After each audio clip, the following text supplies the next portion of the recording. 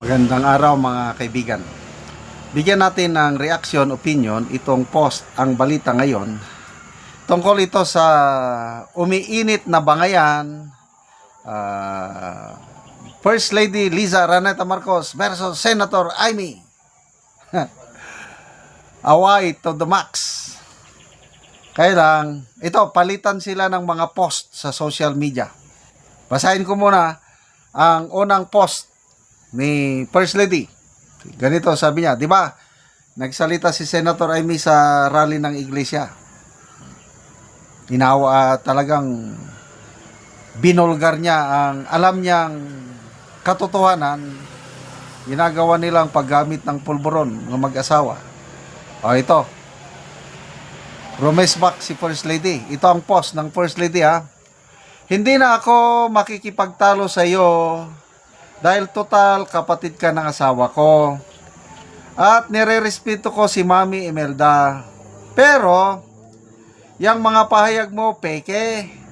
Kasing peke ng mukha mong ritokada. Mukha mong ritokada. Oh. Lentek lang, walang gante. Nag-post din si Senator Amy. Ito naman ang post niya. Oh, huwag mo akong awayin.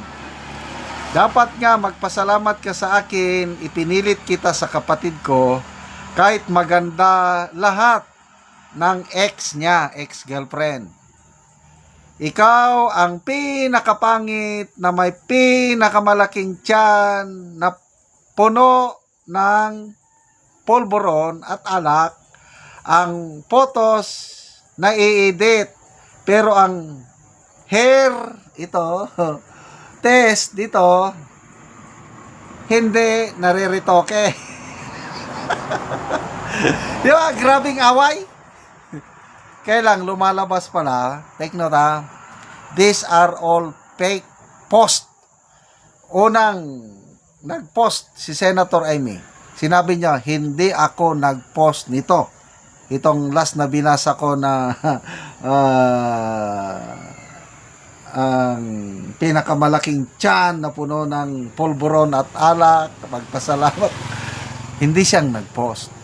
And then, kahit yung post ni First Lady Liza, peke rin pala. Basahin ko ng post na ang balita ngayon. Amy versus Liza, kapwa nag-post ng fake quote cards laban sa isa't isa. Nagpainit muli ang bangayan sa loob ng First Family matapos ang palitan ng mga fake quote cards. Opo. Nina Senator Amy Marcos at First Lady Liza Raneta Marcos. Unang umingay ang isyo ng mag-post si First Lady Marcos ng isang meme na may faking quote umano. Oh, yun na. Hindi ako makikipagtalo, that's fake.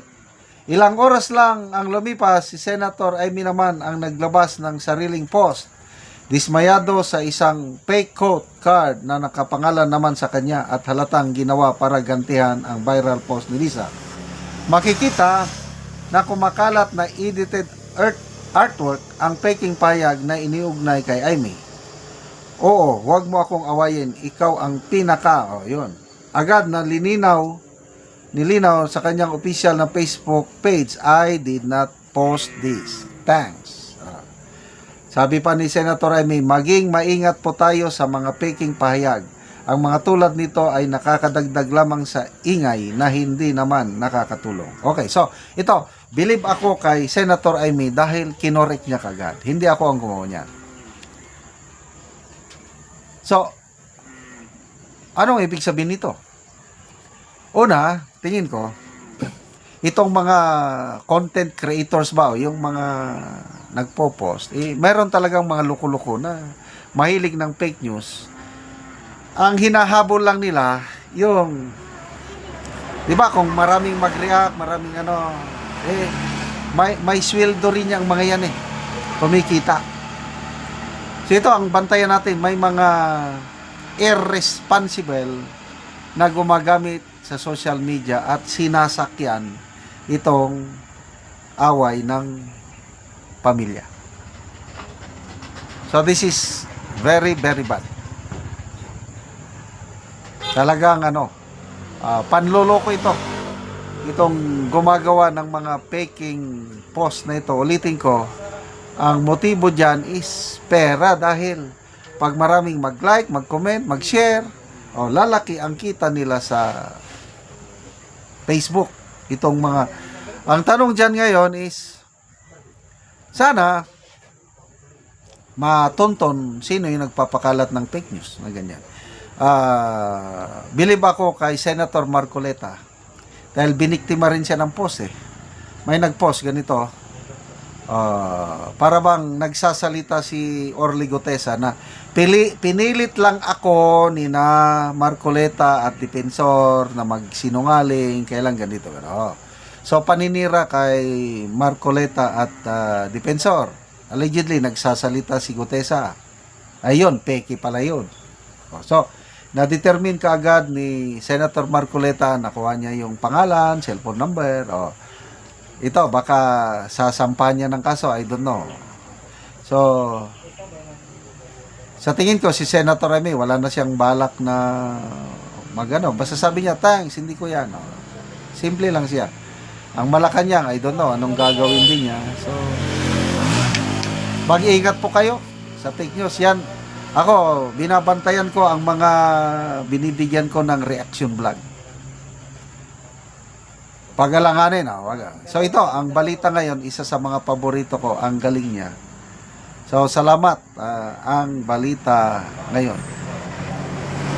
Maalala ko tuloy yung panawagan ni Congressman Sandro Marcos sa kanyang statement na yung ginagawa ni Senator Amy, hindi asal ng tunay na kapatid. Tapos nanawagan siya ng pagkakaisa. Huwag daw magkalat ng kaguluhan, destabilisasyon. So, wag na. Maraming nagsasabi, example, Senator Lacson, politika daw ang rason ni Senator Remy, bakit siya nagsalita? Politika. Ano yun?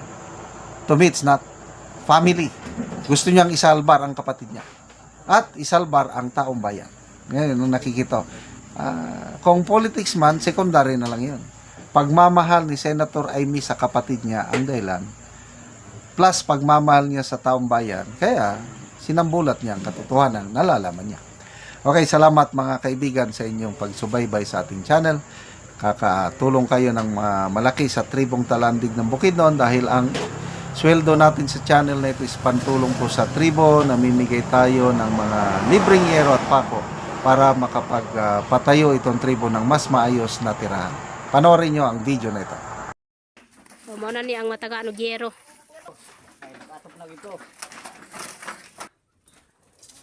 So, muna ang atop ni Lolo. So, tulo na gid kayo kung ulan. So, gipang sapahan na lang og cleansing kay kung ulan, matulog na gyud.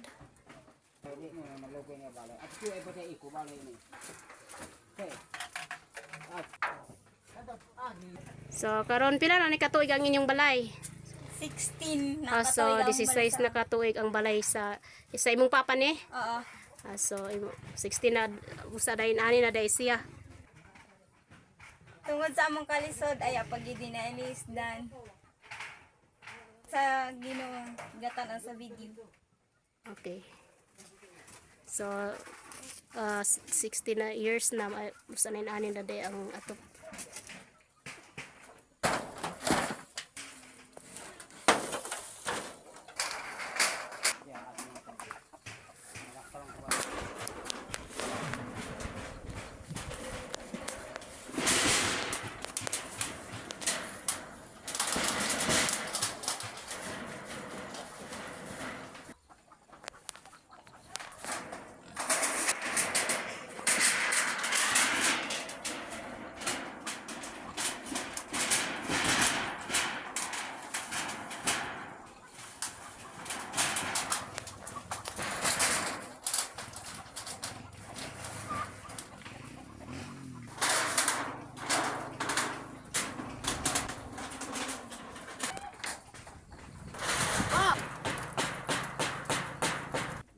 karon nahuman na og atop si tatay. So gitabangan siya sa iyang anak sa pag-atop og si tatay atong so tatay naayuhan na ang imong balay. So dili na katuluan. Salamat sa Ginoo. Tuk na ko. Sige tay, salamat pod.